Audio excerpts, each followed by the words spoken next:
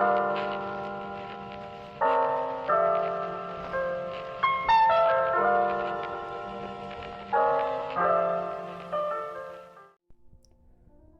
it going, everyone? Desir here with another video. This one is going to be a little bit different. I want to do like a weekly recap as far as interesting attacks that happened to me, and I also have two other videos that were sent over to me by my alliance, the Fantastic 24. Shout out to them for really helping me with this footage, and also I wanted to give a big shout out to all of you. Thank you so much for subscribing and liking the videos and staying engaged in the comments section.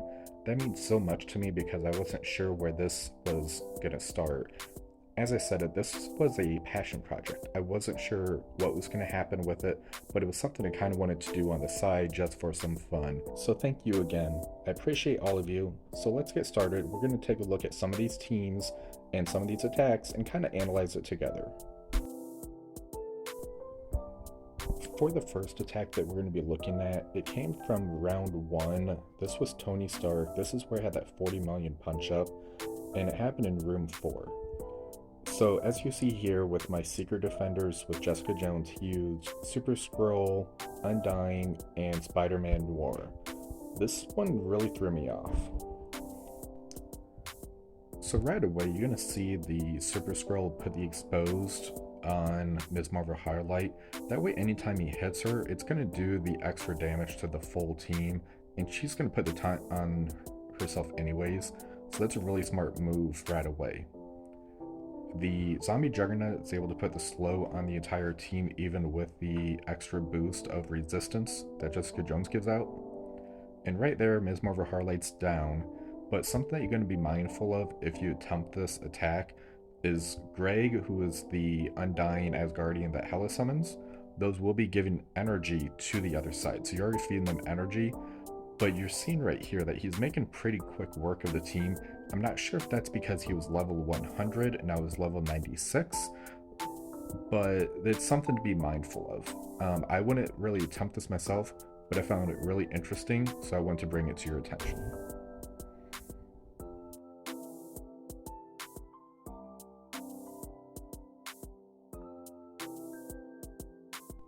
For the next video, we're going to look at T-Sir, who was my round 2 opponent, and this was the interesting matchup where it was the Masters of Evil with Dorm.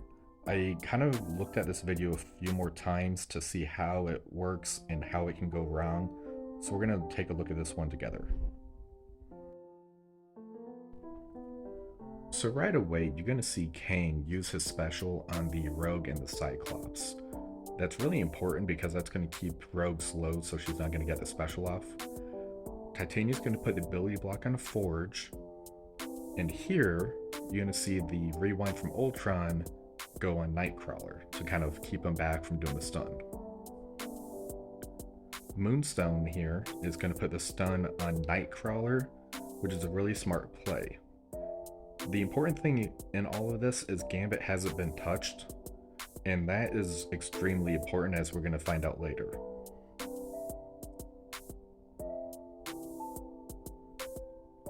So right there, Gambit did get touched just to get the vulnerable on him. The Kang used his ultimate and used it to finish off Forge. Nightcrawler was stunned, it just got cleared off, and now Dorm is about to go, and he puts the stun with the vulnerable on Gambit. And here it's a really easy pickings afterwards to just finish off the fight.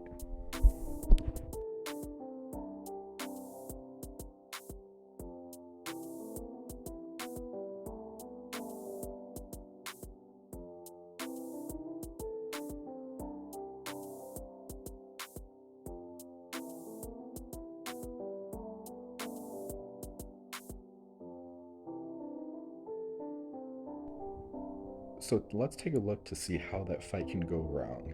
My last round opponent, I ended up testing that match out, and it did not go the same way that we saw in the previous video, and I'm pretty sure I can figure out where it went wrong and how we can fix it in the future.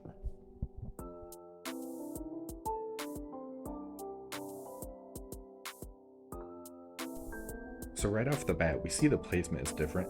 Gambit is next to Rogue, and when you use that King special, it removes the barrier from all three of those, meaning that the Extreme X-Men have a lot of health thresholds that you want to avoid. When they get under a certain amount of health, things are going to proc to where abilities are going to go off, like Gambit going stealth, Nightcrawler clearing the debuffs, gaining speed up, stuff like that. I'm doing a lot of the same other moves. I put the ability block on Forge, I stunned Nightcrawler, but right here we're about to see where it goes wrong. When I use the King ult, Gambit dips underneath at 50% health, meaning that he goes stealth.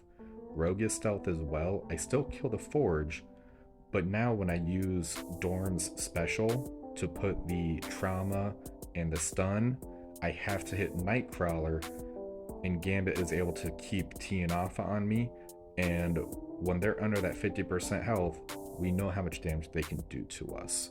So in the future, I'm going to test out maybe doing the other side of the field and seeing if that will work, even though I won't be able to put the slow on Rogue. Maybe I can still finagle something. We'll find out next week.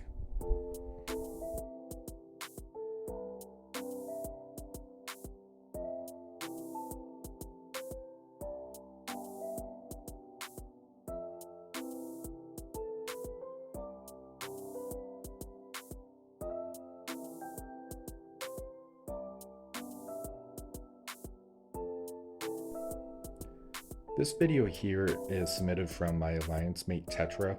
Shout out to you for helping with this content. What you're going to see here is Masters of Evil with Apocalypse into Hive Mind Super Skrull. If you're able to move your Masters of Evil off of a different team to try to take this out, this is a pretty good option, I thought. He did have to back out once because he had the placement incorrect. You want to make sure that Apocalypse is next to the Absorbing Man. That way he's one getting hit, and when he gets hit, he gets the speed up and he starts going faster. So you definitely want to use that placement. But you're going to see how clean this ends up looking. He's already got rid of the Void Knight, which is very smart. It stops that ability block. He's now going for Carnage and Super Skrull to remove that speed up, and also doing the high damage on Super Skrull, so when the Apocalypse does go off, or Kang right here, he's able to take out those immediate threats. So this was a pretty good play. I really like this counter if you're able to swing Masters of Evil over here. And for the last video, we have Super Skrull with an interesting mix of characters: Vahl, Loki, Emma, and Nova. He actually said that this was meant to be a sack team into the Superior 6 in Room 5, and it ended up working out pretty good. The Loki was important because it lowered the resistance of the enemy. Vahl is there as the safeguard to be able to bring back any characters that die. You might be able to sub out Nova, I'm not quite sure. The Loki, you might be able to sub him out for Dr. Doom so that we can try to get a push out of him when the Green Goblin goes like that. But you're going to notice that you don't really need that. Nova gets the stun off, and by the end of this, if Vahl is able to stay upright, they are able to do their ultimate and bring back the characters that died. So this was an interesting one. Not quite sure how consistent it is, but it's definitely worth looking into.